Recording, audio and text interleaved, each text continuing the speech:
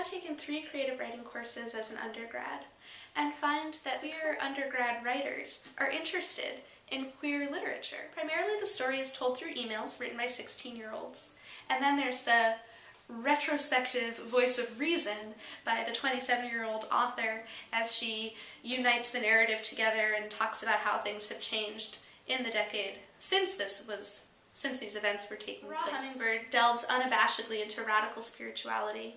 The protagonist is communicating with spirits. She sees ghosts, she has visions.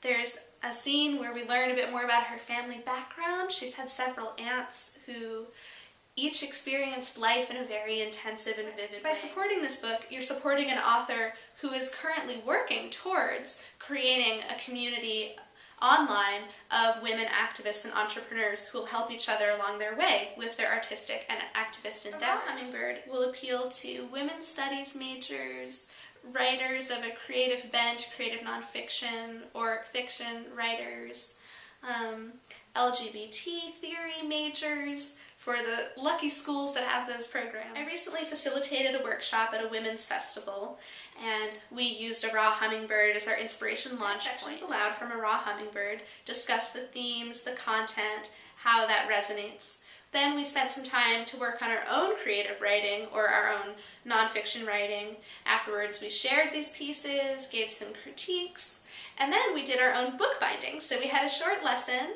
on how to use simply a needle and thread and a couple techniques on bookbinding, little leaflets. So then and there, we went through the process of being a reader, someone giving feedback, a writer, and a self-published author. At 408 pages, a raw hummingbird will lead you through a visual and a visceral experience. It's visual in the layout of the pages.